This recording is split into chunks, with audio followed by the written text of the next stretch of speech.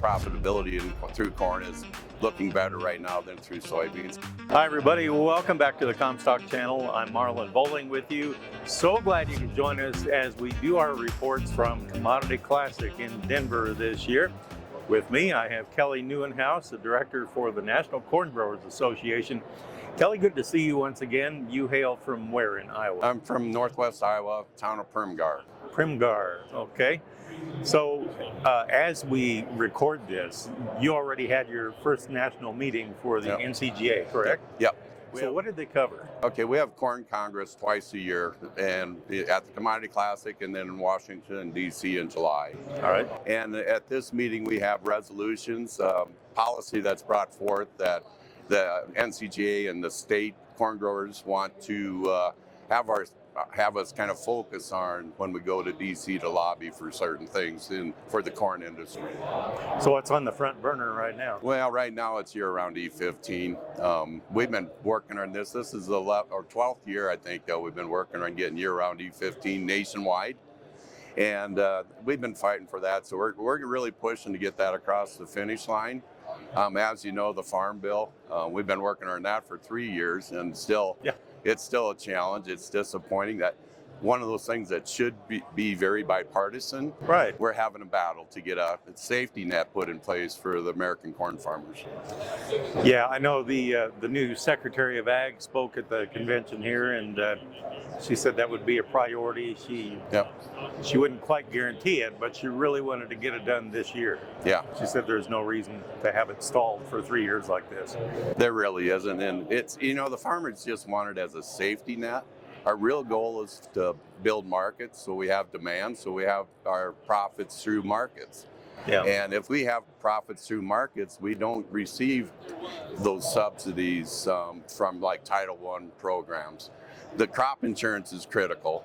That's just a management thing to help farmers protect their input costs for putting their crops in. But we need that safety net. But then, like the National Corn Growers, our main policy or push is for growing demand. It's all about demand, demand, demand.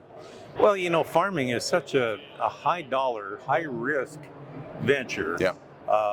And I mean, it can be very rewarding, but I mean, you have so many things that could just knock you off the cliffs. Yeah. And there needs to be some surety, and because it's so capital intensive, you have to do long range planning.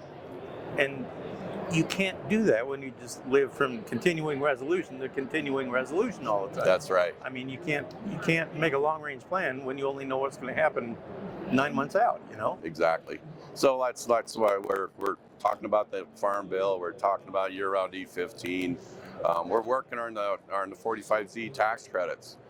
There's SAF, Sustainable Aviation Fuel. That we see that as a very positive, futuristic demand for our corn we produce, and trade. I'm meeting with the Ontario grain farmers this afternoon to have a conversation. Canada's our number one ethanol market. We shipped them 600 million gallons of ethanol last year. Mexico's our number one corn market. We ship a lot of corn to Mexico, and we want to keep our trading partners and make good trade agreements. And we still lobby for free and fair trade around the world. We've got a lot of positive opportunities with India and Asian countries, and so we're going to keep looking for more demand around the world.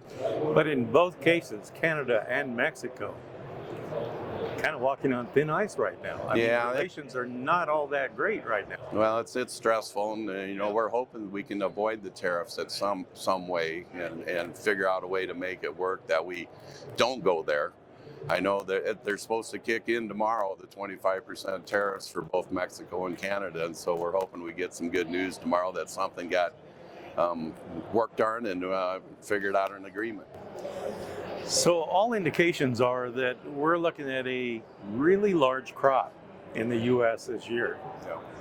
How do you feel about that? I mean, USDA says what, 94 million acres? Some analysts are saying 95, 96.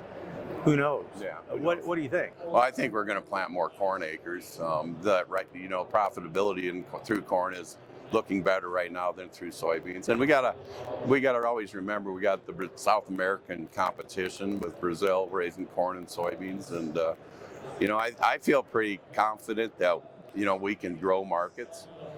Getting year-round E15, if we could just increase our blend rate in the U.S. by 1%, that's 450 million bushels of corn a year. And, that would take our ending stocks to a point where we'd be very profitable. So, there's market opportunities out there. We just got to work to get them done.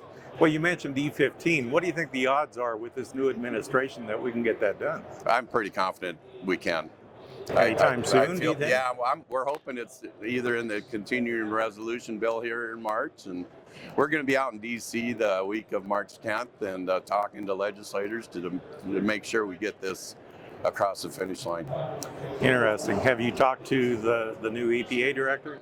Yeah, we've been in touch with the EPA administrator and Secretary of Ag Rollins. We had conversations, our leadership had conversations with her yesterday, and we're building relationships, and that's what we can do. So that would be Lee Zeldin, right? Yep. The new EPA guy. Has he been receptive to it, do you think? I think he is. That in the past he wasn't such a huge supporter, but President Trump, one of his executive orders he signed early on was to get year-round E15 done.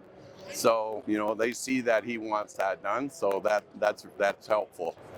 Well, fingers crossed. Yeah. Other than that, what do you see for challenges coming up in 2025 here? You're a farmer. Well, there's always weather issues where there's talk about extreme dry conditions. The tariffs are kind of stressful as far as keeping our trade flowing in our markets, and so we want to try to find new trade agreements and complete or continue with the ones we have in place. So. There's always risk in farming, and we all know that, but that's why we have crop insurance and protect our bottom line and see if we can continue to stay in the game. Well, keep up the good work. Thank you for stopping by to talk with us here at Commodity Classic. I know you do a great job representing farmers on NCGA, so appreciate the update. Thank you very much. Thank you, Marlin. Appreciate the opportunity. Hope you have a good convention and rest of the year, by the way, too. Kelly Nieuwenhuis, Director with NCGA here at Commodity Classic. That'll do it for this episode. Thanks again for tuning in. Appreciate that very much. Make sure you share these episodes with others. For producer Brian Jenkins, I'm Marlin Bohling.